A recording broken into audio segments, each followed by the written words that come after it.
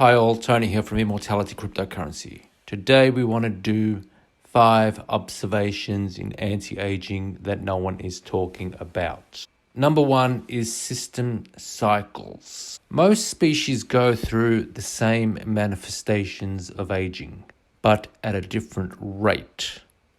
A dog, a mouse, a human, they all exhibit identical manifestations of aging, or the life cycle.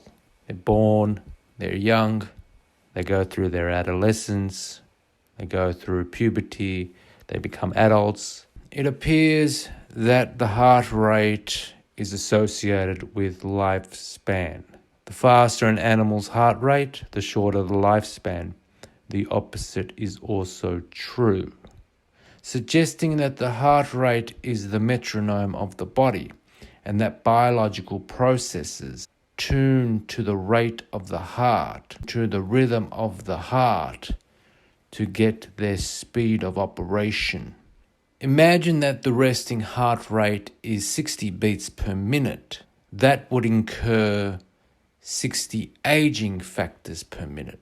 But if the resting heart rate is 300 beats per minute, it would accrue 300 aging factors per minute.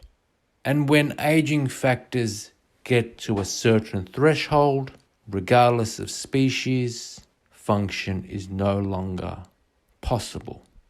The cells align to the flow of blood that originates to the pace of the heartbeat. Let's say that it just so happens to be inadvertently tied to the heartbeat because that is the pace in which cells perform their processes, but also gives us a sneak peek that there is indeed a process of aging. The many biological changes that occur with aging start in the brain and cascade out into the body, but there is not much information on how this occurs. For example, how does the body know when to alter blood composition in the 3 stages of aging, as reported by Stanford University, Tony Wyss, who claims through the sampling of blood composition that the brain alters the blood composition at 3 distinct ages 34, ages 60, and age 78, and that aging suspends after this age.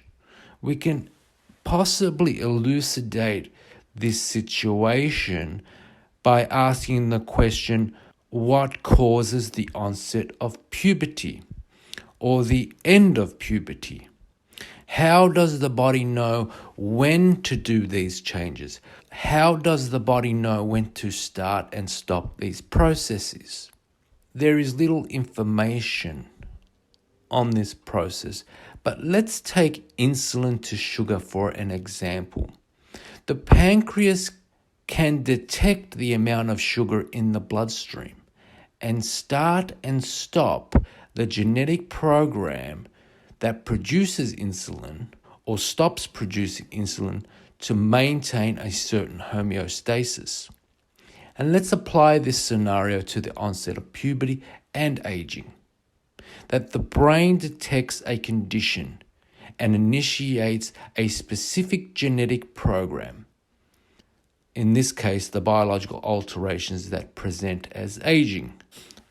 While another ties the circadian rhythm to the onset of puberty, May 1980 abstract. The ovulatory cycle in adult females appears to be a clock-driven process in which the regular gonadotropin surges that induce ovulation are timed by the cycle of light and dark. In the absence of photoperiodic cues, the ovulatory surge appears to be driven by an endogenous rhythm, perhaps generated by the super-charismatic nuclei of the hypothalamus. There is now evidence that puberty onset is associated with the development of the capacity to reset biological rhythms in response to photoperiodic cues and to link neuroendocrine secretions to clock rhythms. This capacity emerges around 26 to 28 days of age in immature animals. A hypothesis is presented in which the initiation of responsiveness to photoperiodic signals is related to the onset of regular waves of follicular development in the ovaries to culminate in first ovulation 10 to 14 days later. In such a case that aging is programmed in this way, it is good news, as the initiation of the genetic program that causes aging can be blocked or knocked out in the brain. A gene that, for example, changes the media to some effect never gets initiated or is changed to maintain the young phenotype. Aging might be a side effect of essential processes, while not specifically toxic, as in the side effects of energy production or protein synthesis.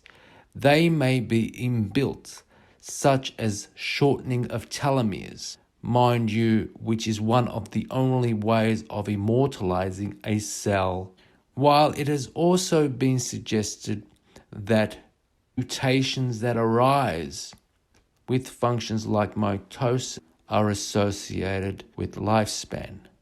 There have been several effects where the brain is identified as a master regulator of lifespan and aging, such as brain cells found to control aging, July 26, 2017, from the Albert Einstein College of Medicine. The summary reads, scientists have found that stem cells in the brain's hypothalamus govern how fast aging occurs in the body.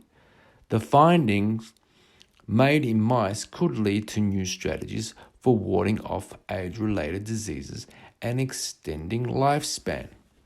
And another paper, Pineal Control of Aging, Effect of Melatonin and Pineal Grafting on Aging Mice, as far back as 1994. The abstract reads, Dark Cycle. Night administration of the pineal hormone melatonin in drinking water to aging mice 15 months of age prolongs survival of bulb C females from 23.8 to 28.1 months and preserves aspects of their youthful state. Similar results were seen in New Zealand black females beginning at 5 months and C57BR6 males beginning at 19 months. As melatonin is produced in circadian fashion from the pineal, we grafted pineals from young 3 to 4 month old donors into the thymus of 20-month-old synergetic C57BR6 male recipients, and a 12% increase in survival was induced.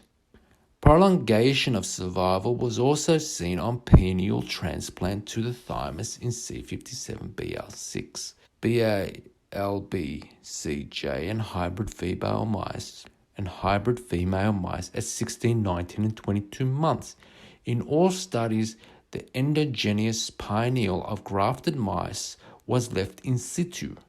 Pineal grafted aged mice display a remarkable maintenance of thymic structure and cellularity. Preservation of T-cell mediated function despite age as measured by response to iaxolone is seen. Other evidence suggests that melatonin and or pineal-related factors could produce their effects through an influence on thyroid function. These data indicate that pineal influences have a place in the physiologic regulation of aging.